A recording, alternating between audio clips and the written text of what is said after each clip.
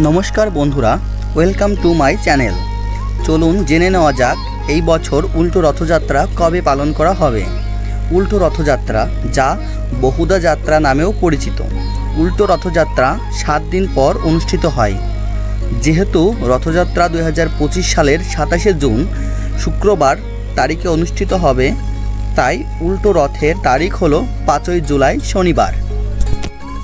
উল্টো রথ মানে জগন্নাথ দেবের মাসির বাড়ি থেকে পুরীর মন্দিরে ফিরে আসার যাত্রা।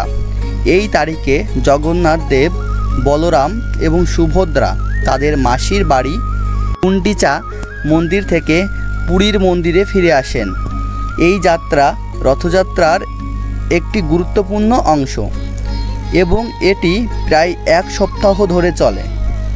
পুরো পৃথিবীতে 5ই জুলাই উল্টো রথযাত্রা একসাথে পালন করা হবে।